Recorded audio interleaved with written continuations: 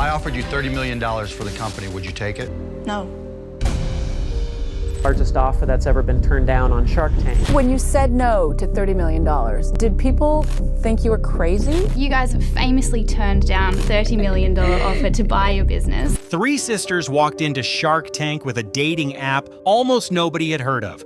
Mark Cuban looked at it and offered to buy the entire company. Not invest in it, buy it. $30 million cash on the spot. The biggest offer in the show's history at the time. They said no. Let me ask you a question. If I offered you $30 million for the company, would you take it? No. On camera, without even needing to think about it. Today, that no looks like one of the smartest business decisions anyone has ever made in that room. This is the story of Coffee Meets Bagel. Coffee Meets Bagel. The $30 million rejection and what happened next.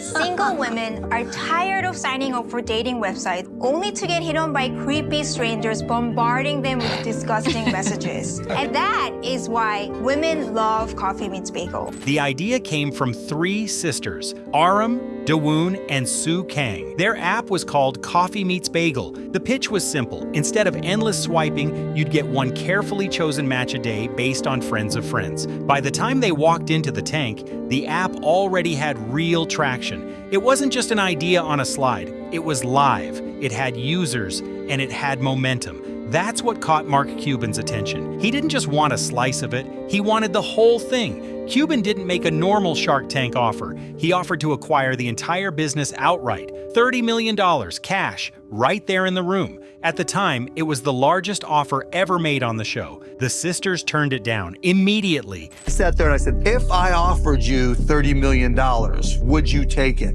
And then they went out and started doing interviews and telling everybody Mark Cuban offered them $30 million and we turned them down. They didn't want to sell the company they'd built. They wanted to keep building it their way. It's one thing to turn down money. It's another thing to do it on national television with a billionaire sitting across from you. But they had their reasons, and it turns out they were right to trust them. After the show, Coffee Meets Bagel kept growing on its own terms. Even without the Shark Tank money, just being on the show last Friday was a big boost. Coffee Meets Bagel reports a big surge in signups for their app. The sisters went on to raise outside funding from investors who believed in their long-term vision. Years later, the company they refused to sell for $30 million became worth significantly more than that offer. This is a shark named Mark. We got him by his tail. Take that, Mark Cuban. It's a reminder that on Shark Tank, the biggest offer isn't always the best one. And sometimes the smartest deal is the one you don't make. What makes this story stick isn't just the size of the number. It's the confidence it took to say no to it. That's the story of the $30 million offer Mark Cuban made.